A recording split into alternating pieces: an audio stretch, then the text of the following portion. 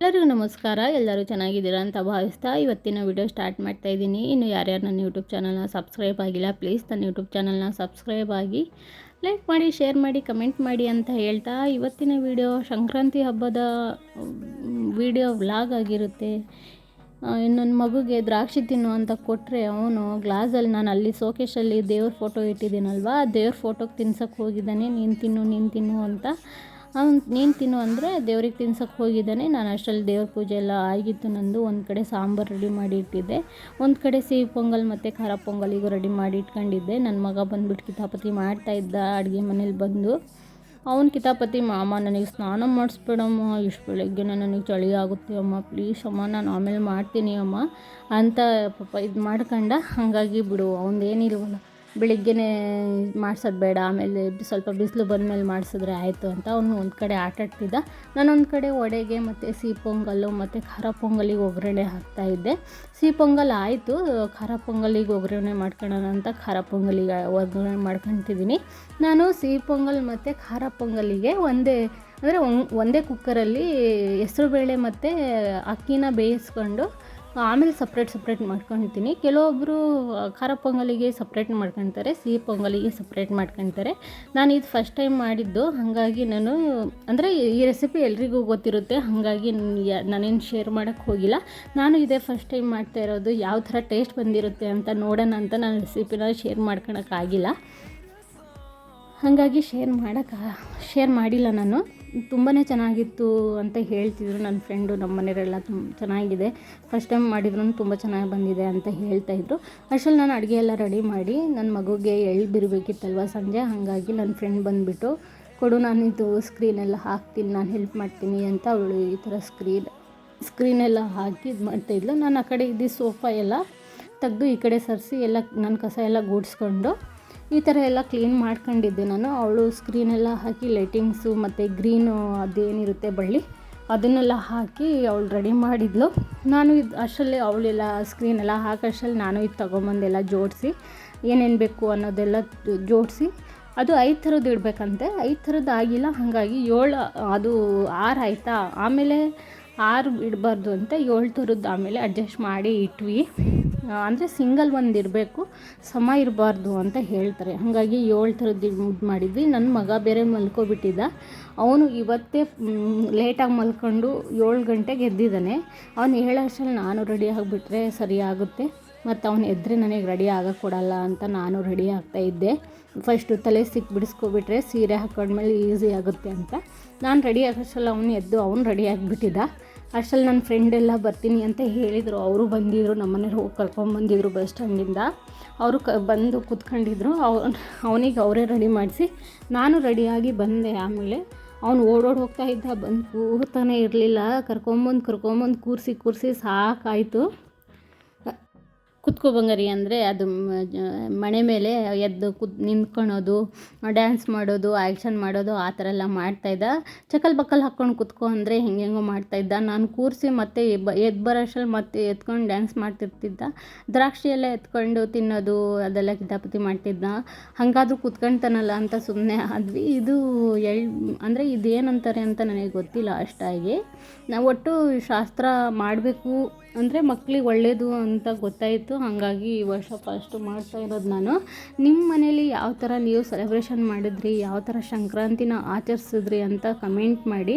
ನಮ್ಮ ಮನೇಲಿ ಈ ಥರ ಇತ್ತು, ತುಂಬಾ ಚೆನ್ನಾಗಾಯಿತು. ನನಗೆ ಖುಷಿ ಆಯಿತು ನನ್ನ ಮಗುಗೆ ಈ ಥರ ಮಾಡಿದ್ದು. ಅಲ್ಲಿ ನೋಡಿ ಯಾವ ಥರ ದ್ರಾಕ್ಷಿ ಎಲ್ಲ ಎತ್ಕೊಂಡು ತಿಂತಿದ್ದಾನೆ ಅಂತ. ಅವ್ನು ಫಸ್ಟೇ ಹೇಳಿದ್ದ, ಅಮ್ಮ ನನಗೆ ಜಾಸ್ತಿ ಹಾಕಿದ್ರೆ ನಾನು ಕುತ್ಕೊಳ್ಳಲ್ಲ, ನನಗೆ ಜಾಸ್ತಿ ಹಾಕಬಾರ್ದು, ಸ್ವಲ್ಪನೇ ಹಾಕಿದ್ರೆ ಮಾತ್ರ ನಾನು ಕುತ್ಕೊಳ್ತೀನಿ ಅಂತ ಮೊದಲೇ ಕಂಡೀಷನ್ ಹಾಕ್ಬಿಟ್ಟಿದ್ದ. ಸರಿ ಮಗನೇ, ನೀನು ಹೇಳ್ದಂಗೆ ಆಗಲಿ ಅಂತ ನಾನು ಸುಮ್ಮನೆ ಪೂಸಿ ಹೊಡ್ಕೊಂಡು ಸ್ವಲ್ಪನೇ ಹಾಕಿ ಹೆಂಗೋ ಮಾಡಿದೆ. ಇಲ್ಲಿ ನೋಡಿ ಯಾವ ಥರ ಮಾಡ್ತಾನೆ ಅಂತ ಕಿತಾಪತಿ. ಆರತಿ ಮಾಡಬೇಕಾದ್ರೆ ಕೈ ಮುಗಿಯೋದು ಆ ಥರ ಎಲ್ಲ ಮಾಡ್ತಾಯಿದ್ದ ಪಾಪ. ಅಲ್ಲಿ ನೋಡಿ ಎಷ್ಟು ಚೆನ್ನಾಗಿ ಅವನು ಜೀಜಿ ಅಂದ್ಕೊಂಡು ಕೈ ಮುಗಿತಾ ಇದ್ದ. ಅವನು ಅಷ್ಟೇ, ದೀಪ ಹಚ್ಚಿದ್ರು ಅಷ್ಟೇ ಕೈ ಮುಗಿತಾನೆ, ಎಲ್ಲೇ ದೀಪ ಕಾಣಿಸಿದ್ರು ಕೈ ಮುಗಿತಾನೆ. ನನ್ನ ಫ್ರೆಂಡು ಈ ಥರ ಮಾಡಿ ಅವಳು ಇದು ಮಾಡಿದ್ಲು. ಅವಳು ಒಂದೇ ಸಲ ಅಂದ್ಕೊಂಡು ಒಂದೇ ಸಲ ಮಾಡಿ ಅವಳಿಗೆ ಕೈ ಮುಗಿತಿದ್ದಾಳೆ. ಇಲ್ಲ ಈ 3 ಸಲ ಮಾಡಬೇಕು ಅಂದಿದ್ದಕ್ಕೆ 3 ಸಲ ಮಾಡಿ ಇದು ಮಾಡ್ತಿದ್ದಾಳೆ. ಇದು ಮಕ್ಳಿಗೆ ಮಾಡಿದ್ರೆ ಆಯಸ್ಸು, ಆರೋಗ್ಯ ಮತ್ತು ಬುದ್ಧಿಶಕ್ತಿ ಮತ್ತು ಇನ್ನೂ ಅವರಿಗೆ ಒಳ್ಳೆಯದಾಗುತ್ತೆ ಅಂತ ಹೇಳ್ತಾರೆ. ಹಾಗಾಗಿ ನಾನು ಮಾಡಿದೆ. ಯಾವುದೇ ತಾಯಿ ಆಗಿರಲಿ, ಮಕ್ಳ ವಿಚಾರ ಬಂದಾಗ ಅವಳು ಯಾವಾಗಲೂ ಪಾಸಿಟಿವ್ ಆಗೇ ಇದು ಮಾಡೋದು. ಹಾಗಾಗಿ ನಾನು ಅಂದರೆ ಆ ಥರ ಮಾಡಬೇಕು ಅಂತ ಇತ್ತು, ನಾನು ಮಾಡಿದೆ ಈ ವರ್ಷ. ಅದು ನೋಡೋಣ ಮುಂದೆ ಇನ್ನು ಎಷ್ಟು ವರ್ಷ ನಡ್ಸ್ಕೊಂಡು ಹೋಗ್ತೀನಿ ಅಂತ ನೋಡೋಣ.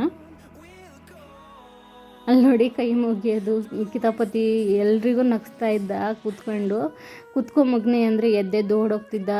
ಮಧ್ಯದಲ್ಲಿ ಎಲ್ಲ ಕರ್ಕೊಂಬಂದು ಕೂರಿಸಿ ಆಮೇಲೆ ಅವ್ರ ಪಪ್ಪ ನೀನು ಕೂತ್ಕೊ ಅವನ ಪಕ್ಕದಲ್ಲಿ, ಸರಿ ಅವನು ಸುಮ್ಮನೆ ಕೂತ್ಕೊಳ್ತಾನೆ ಅಂತ ಹೇಳಿದ್ರು. ಹಂಗಾಗಿ ಕೂತ್ಕೊಂಡೆ ನಾನು.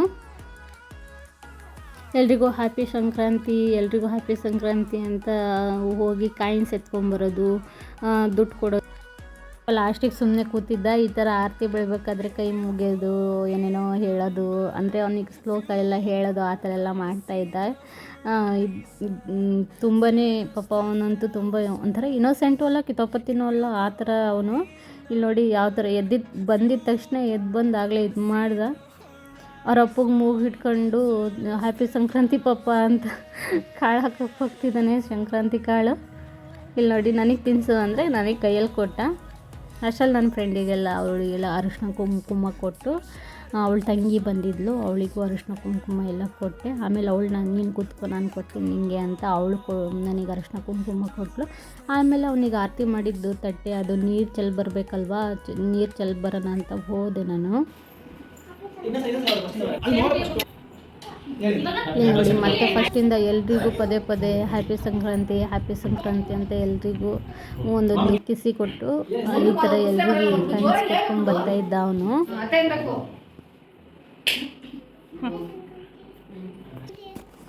Thank you. ಹ್ಯಾಪಿ ಸಂಕ್ರಾಂತಿ ಮಾಡಿ ಕೊಡಮ್ಮ. ಅದು ಆರತಿ ಮಾಡಿದ್ದೆಲ್ಲ ನೀರಿತ್ತಲ್ವ, ಆ ನೀರು ಬರೋಣ, ಅದು ಬಂದರೆ ಮತ್ತು ಅವ್ನು ಒಳಗಡೆ ಹೋದರೆ ಮೈ ಮೇಲೆ ಚೆಲ್ಕೊಂತಾನೆ ಅಂತ ನಾನು ಬರೋಕ್ಕೆ ಹೋದೆ. ನನ್ನ ಫ್ರೆಂಡ್ ಅದನ್ನು ವೀಡಿಯೋ ಮಾಡಿದ್ದಾಳೆ, ಹಾಗಾಗಿ ಅದನ್ನು ಹಾಕಿದ್ದೀನಿ ನಾನು.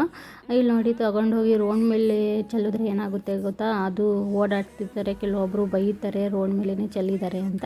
ನಾನು ಈ ಥರ ತೊಗೊಂಡು ಹೋಗಿ ಆ ನೀರನ್ನು ಸೈಡಿಗೆ ಹಾಕಿಬಿಟ್ರೆ ಯಾವುದೇ ತೊಂದರೆ ಇರಲ್ಲ ಅಂತ. ಸುಮ್ಮನೆ ಯಾಕೆ ಅವರಿಗೂ ಬೇಜಾರು, ನಮಗೂ ಏನಾದರೂ ಒಂದು ಮಾತು ಹೇಳಿದ್ರೆ ನಮಗೂ ಬೇಜಾರಾಗುತ್ತೆ ಅಲ್ವಾ. ಹಾಗಾಗಿ ನಾನು ಸೈಡಿಗೆ ಹೋಗಿ ಅಂದರೆ ಆ ನೀರನ್ನು ಸೈಡಿಗೆ ಹೋಗಿ ಬಂದು ನಾನು ಮತ್ತೆ ಊಟ ಎಲ್ಲ ಮುಗಿಸ್ಕೊಂಡು ನಾವು ಕೂತ್ಕೊಂಡಿದ್ವಿ.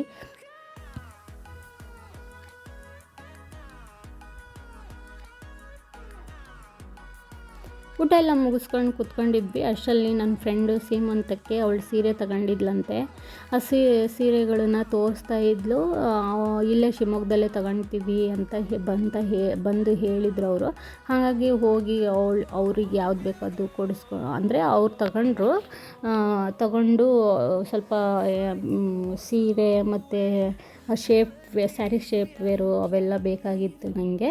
ಹಾಗಾಗಿ ನಾನು ಮುಂದಿನ ತಿಂಗಳು ಒಂದು ಮದುವೆ ಇದೆ, ಆ ಮದುವೆಗೋಸ್ಕರ ನಾನು ಒಂದು ಸೀರೆ ತಗೊಂಡು ಫ್ಯಾನ್ಸಿ ಸೀರೆ ಚೆನ್ನಾಗಿತ್ತು ಅಂತ ನಾನು, ಅಂದರೆ ನಾರ್ಮಲ್ ಸೀರೆ, ಆ ಥರ ನಾರ್ಮಲ್ ಸೀರೆ. ಇದು ಸೀರೆ ಏನು ತೋರಿಸ್ತಿದ್ದಾರಲ್ಲ ಇದು ನನ್ನ ಸೀರೆ. ಈ ಕಡೆ ರೆಡ್ ಕಲರ್ ಬಾರ್ಡ್ರ್ ಇರೋದು ನನ್ನ ಫ್ರೆಂಡಿಂದು, ಅವಳು ಸೀಮಂತಕ್ಕೆ ತಗೊಂಡಿರೋದು. ಈ ಕಡೆ ಪಿಂಕ್ ಕಲರ್ ಡ್ರೆಸ್ ಹಾಕೊಂಡಿದ್ರಲ್ಲ ಐಶ್ವರ್ಯ, ಅವ್ರದ್ದು ಸೀರೆ. ಇದು ಫ್ಯಾನ್ಸಿ ಸ್ಯಾರಿ ನಂದು. ಎಲ್ಲ ತಗೊಂಡು ಕುತ್ಕೊಂಡಿದ್ವಿ ನಾವು. ಈ ಥರ ನಾವೆಲ್ಲರೂ ಸೇರ್ಕೊಂಡ್ರೆ ಈ ಥರ ಸುಮ್ಮನೆ ತಗೊಂಡು ಯಾವ್ದು ಚೆನ್ನಾಗಿದೆ ಯಾವ್ದು ಚೆನ್ನಾಗಿಲ್ಲ ಅಂತ ಕಾಮಿಡಿ ಮಾಡ್ಕೊಂಡು ನೋಡ್ತಾ ಇರ್ತೀವಿ. ಸುಮ್ಮನೆ ಅವರು ನಮ್ಮ ಮನೆಯವರೆಲ್ಲ ಅವ್ರ ಯಜಮಾನ್ರೆಲ್ಲ ಅವ್ರು ಹೊರಗಡೆ ಹೋಗ್ಬಿಡ್ತಾರೆ, ಇವ್ರು ಏನಾದರೂ ಮಾಡ್ಕೊಳ್ಳಿ, ಹೆಣ್ಮಕ್ಳು ಸೇರ್ಕೊಂಡ್ರೆ ತಲೆ ತಿಂತಾರೆ ಅಂತ ಅವ್ರು ಹೋಗಿ ಹೊರಗಡೆ ಹೋದರು. ನನ್ನ ಮಗ ಕಿತಾಪತಿ ಮಾಡ್ತಾಯಿದ್ದ, ಮಧ್ಯೆ ಬಂದು ಬ್ಲೌಸ್ ಹೊಲ್ಸೋದೇ ಕಷ್ಟ ಅಂತ ಮಾತಾಡ್ಕೊಂಡು ಇದು ಮಾಡ್ತಾಯಿದ್ವಿ. ಇವತ್ತಿನ ವಿಡಿಯೋ ಇಷ್ಟ ಆಗಿತ್ತು. ನಿಮಗೇನಾದರೂ ನನ್ನ ವಿಡಿಯೋ ಇಷ್ಟ ಆದರೆ ಪ್ಲೀಸ್ ನನ್ನ ಯೂಟ್ಯೂಬ್ ಚಾನಲ್ನ ಸಬ್ಸ್ಕ್ರೈಬ್ ಆಗಿ. ಫಸ್ಟ್ ಟೈಮ್ ಯಾರಾದರೂ ನೋಡ್ತಾ ಇದ್ದರೆ ಸಬ್ಸ್ಕ್ರೈಬ್ ಆಗಿ, ಲೈಕ್ ಮಾಡೋದನ್ನು ಮರಿಬೇಡಿ. ಈ ವಿಡಿಯೋನ ಇಲ್ಲಿಗೆ ಎಂಡ್ ಮಾಡ್ತಾಯಿದ್ದೀನಿ. Thank you all.